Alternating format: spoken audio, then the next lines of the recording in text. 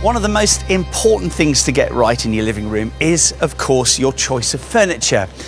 Now, as you all know, I'm not a huge fan of clutter, but at the same time, you can't be expected to live in an empty white box. So how are you going to get the look without going over the top? Well, if you want some advice from me, what I suggest you do is spend your money on one or two statement pieces. And it's at places like this, specialists tucked away off the beaten track, where you can get some of the best buys.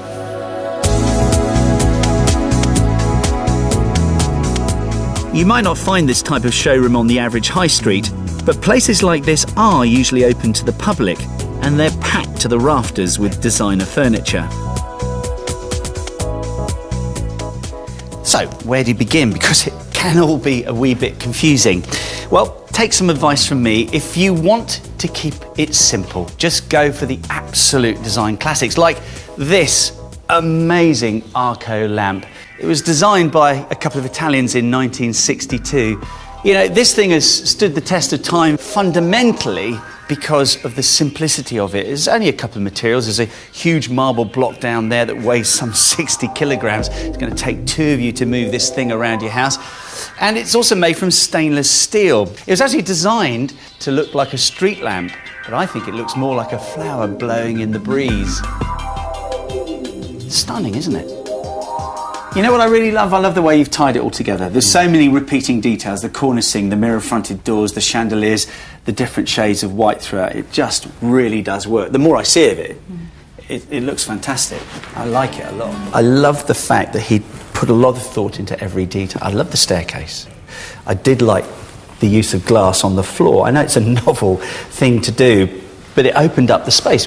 Building or renovating your home can be challenging at the best of times, but for Anthony that challenge has been multiplied a millionfold because of his location. Just for a second, imagine the kind of weather he has to put up with here, added to the salt and the sand. It's going to get everywhere. So how does he deal with that? Well, simply through his choice of materials. For example, take a look at this fascia here, which has been clad in lead, and that's not all. The steelwork is all marine grade steel, which means it doesn't rust. The timber is all hardwood, in this case it's a bit of cedar. The glass is all triple glazed and set in these aluminium frames. And incidentally, the glass has got a coating on it which is supposed to keep the glass clean, but in my experience, unfortunately doesn't work that well. But I guess every little bit helps. But the best bit of all is the render system that is used is silicon based, which means that the water hits it and runs off it quite literally like water off a duck's back.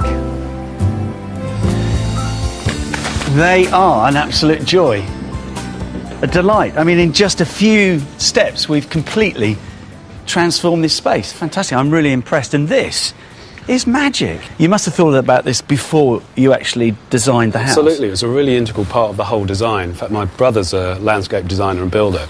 He designed it, it's very simple, so it makes a great big beautiful social space. But I think the key for me, Marty, is so many people don't think about that. They build their house, they worry about it, they fret about it, and they forget about the garden. The garden can wait. But actually, if you think about the garden when you're designing the house, the two work perfectly in synergy. What Nick and Sharon have done is something absolutely genius. They've taken what looks like an ordinary wall with nothing on the outside. There's windows either side of this huge oversized mirror. But these are the games they play all the way through this house. Look what happens when I pull this handle. It reveals the most stunning shower room.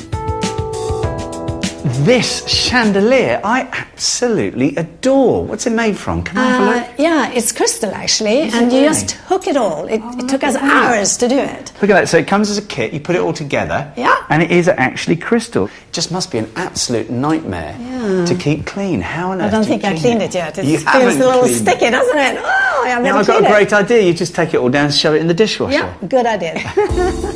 What I really loved is that wonderful niche space that they called it the pad? The crash pad. The crash pad. But I think they missed an opportunity though. They should have put a fourth wall on it with a door in it, and they could just lock the kids in there, couldn't they? You know, they could rattle around inside.